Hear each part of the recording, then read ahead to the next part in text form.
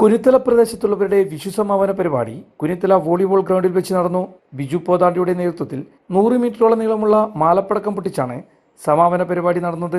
V Babu master ഉദ്ഘാടനം ചെയ്തു. കുരുത്തല വാസികളുടെ വിഷു ആഘോഷത്തിൻ്റെ സമാപന പരിപാടിയിലാണ് ഇപ്പോൾ നമ്മളുള്ളത്.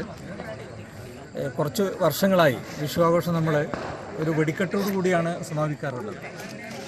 14-ാം തീയതി വൈകുന്നേരം അതിന് നേതൃത്വം കൊടുക്കുന്നത് ബിജു പോതാണ്ടിയാണ്.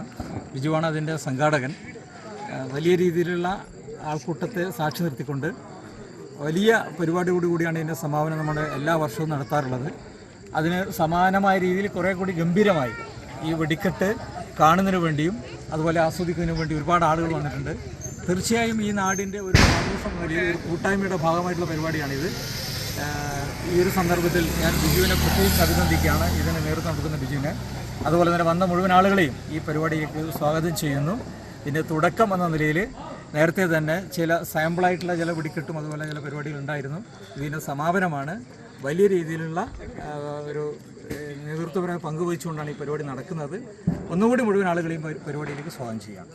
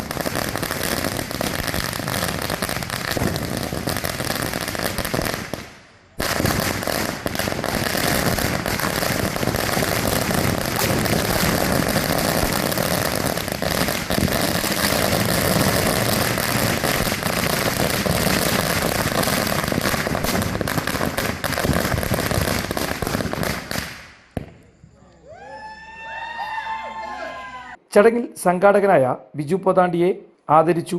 ബാബു പി ജോസ് അധ്യക്ഷനായി. News bureau, Peravoor.